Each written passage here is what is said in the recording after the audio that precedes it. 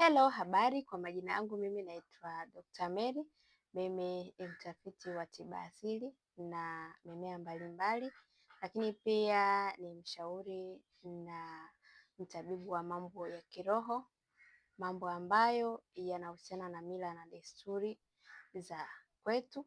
Kwa hivyo mpendwa mtazamaji wangu, popote ulipo, kama unaungana na mimi kwa mara ya kwanza, na kuomba usubscribe, ushare hii video kwa wengine nao wakajifunze elimu hii nzuri ambayo huwezi kuipata sehemu nyingine, elimu ambayo itakufungua akili katika asili na itakufungua katika mambo yako mengine. Leo nataka nikufundishe jinsi ya kufanya ibada ya asili kwa kutumia mishumaa pamoja na nguo nyeupe. Kwa hivyo mpendwa mtazamaji wangu, share hii video kwa wengine nao wakajifunze elimu hii. Kabla sijaendelea kukufundisha, na wewe ambao unafuatilia channel hii, sikiliza kwa umakini mpaka mwisho kabisa ili uweze kufaidika vizuri na hii video. Nataka nikuelekeze namna ya kufanya ibada ya kiroho, ibada ya kufungua milango yako ya baraka, ibada ya kuomba nuru na mafanikio kwako. Ibada hii unatakiwa uifanye usiku kuanzia saa 6, saa 7, mwisho saa 8. Kwa hivyo huo muda unatakiwa uamke usiku, uandae sehemu yako safi ya kufanyia ibada. Lakini ibada hii unaweza ukaifanya asubuhi saa 12 unapoamka. Unaoga, unafanya usafi wako, ukimaliza unakaa unafanya ibada yako kwa ajili ya kufungua milango ya baraka. Lakini nataka nikuambie kitu. Pendelea sana kufanya ibada usiku, kwa sababu usiku ni muda ambao umetulia, ni muda ambao viumbe wa kiroho wako karibu na sisi sana, kwa sababu ni sehemu nyingi inakuwa imetulia. Kwa hivyo jitahidi sana kufanya ibada zako kuanzia saa 6, saa 7, saa 8. Ni muda ambao mzuri sana kuwa karibu na kujiunganisha na asili, kujiunganisha na mizimu. Nataka nikwambie unatakiwa uwe na hii mishumaa. Mishumaa hii ni mishumaa meupe. Hii mishumaa unaweza ukaipata kwenye duka lolote la tiba asili. Ni mishumaa ambayo inauzwa shilingi 500. Utanunua mishumaa minne ambayo unaiona hii hapa, ni midogo midogo. Halafu utanunua kitambaa. Kitambaa ambacho utakinunua ni cheupe kama hiki. Ukiona hiki hapa, utakinunua kitambaa hiki 200 kwa ajili ya kujifungia wewe unapofanya ibada. Ukishamaliza utasafisha eneo lako liwe safi. Eneo hilo ambalo utalisafisha utalichora duara. Kama hautalichora duara, utachora pembe 4. Utalichora pembe 4. Kama hautaweza kuchora pembe 4, basi utachora nyota. Wengi wanafahamu nyota, unachora nyota kama ilikuwa ina pembe 5. Kwa hivyo utachora hizo aina ambayo nimekuelekeza hapo. Kama sio duara, utachora pembe 4 au utachora nyota. Ukishamaliza kuchora, utaweka mishumaa yako ikae. Kama ni duara, basi utazungushia katika maduara hivi mishumaa yako 4. Na kama kwenye pembe 4, basi utaweka kila pembe mshumaa mmoja mmoja.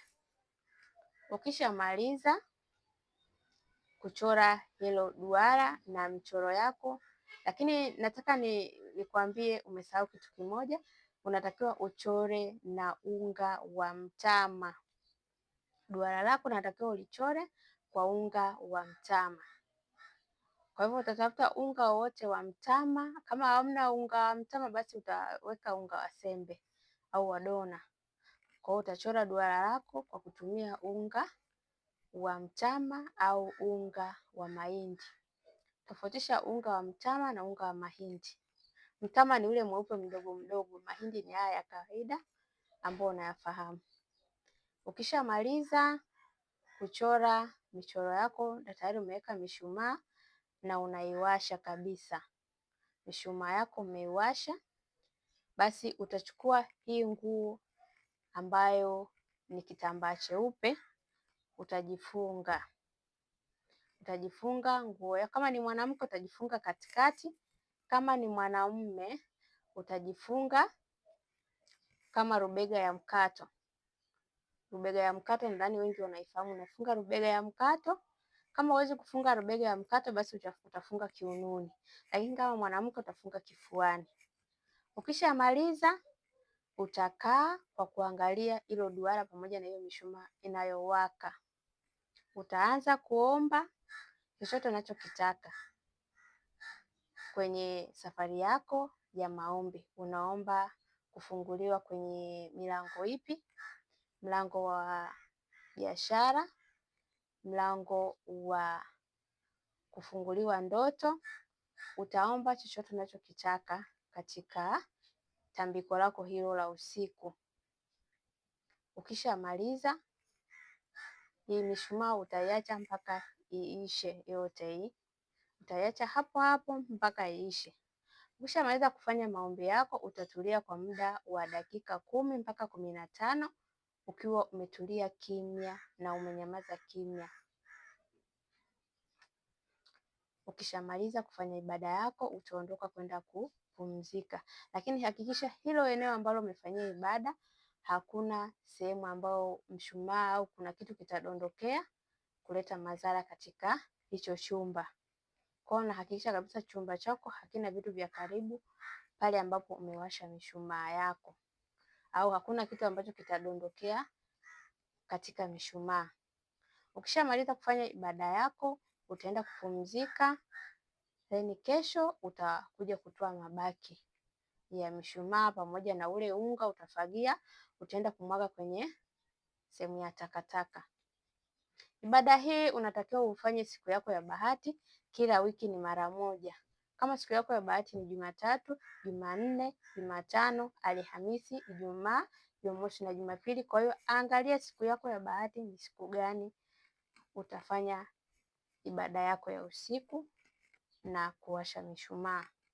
Nadhani kabisa umenielewa na umefaidika na darasa hili la kutumia mishumaa kufanya ibada za usiku, kuomba chochote unachokihitaji kwenye maisha yako. Mimi naitwa Dr. Mary, mtafiti na mtabibu wa tiba asili. Karibu Mary Herbal Center kwa tiba na changamoto zote, ushauri. Tutakushika mkono kutatua changamoto yako mpaka pale utakapofanikiwa. Na kukaribisha sana. Asante kwa kutazama hii video. Mwenyezi Mungu akubariki sana.